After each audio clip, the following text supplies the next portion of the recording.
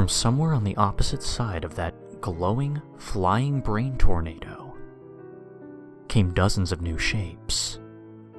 Meat beings were pouring from some unseen new opening, already looking larger and meaner than any of the oozing rejects I'd been mowing down.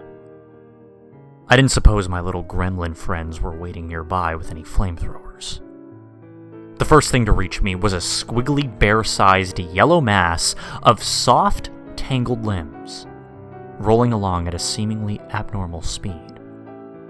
It looked almost like an octopus, until a long neck snaked out from its warty folds, snapping at me with an orange beak. A giant boneless chicken. Why was this my life? With a surge of contemptuous bloodlust, I hacked mercilessly into the abominable thing long after it had ceased moving, only for something else to whistle just over my head. I spun around in the shredded remnants of the octobird, coming face to face with a featureless dull crotch with a pair of skinned legs, 6 feet high and fused at the hips. I staggered back, foolishly slipping in the scattered chicken guts and landing flat on my back. The legs terminated in needle-sharp lances on bone, precariously balancing on the metal mesh of the walkway. They raised one wicked lance into the air again, aiming straight for my eyes. And it was a miracle that I put the shovel between us quickly enough. I mean, the legs seemed to momentarily vanish with the speed of its strike. It took a moment to regain its balance as it bounced off the shovel, the thin tip of its bone holding up distressingly well. I had barely managed to sit upright as it took a stab for my heart, and I scrambled to my feet just in time to deflect a third strike.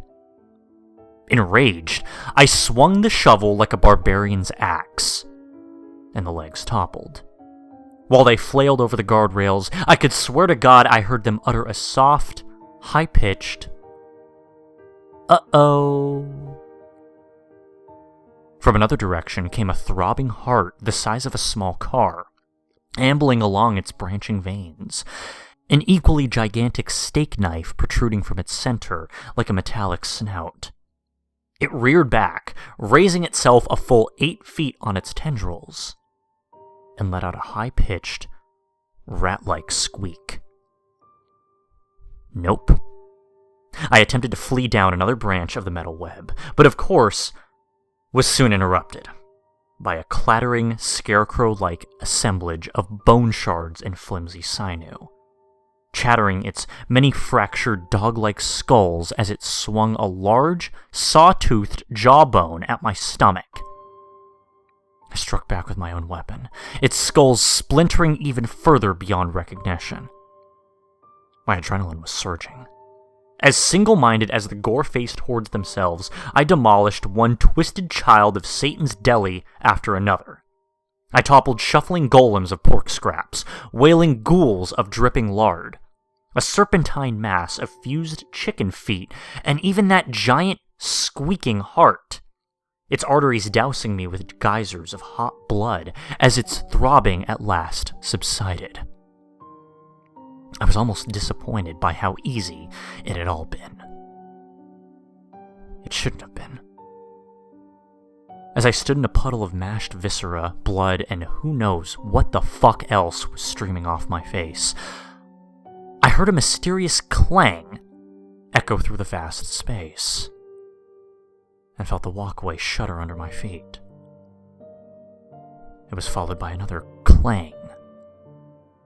The shaking intensified. Clang! It reminded me rather uncomfortably of huge, heavy footsteps on the grated floor.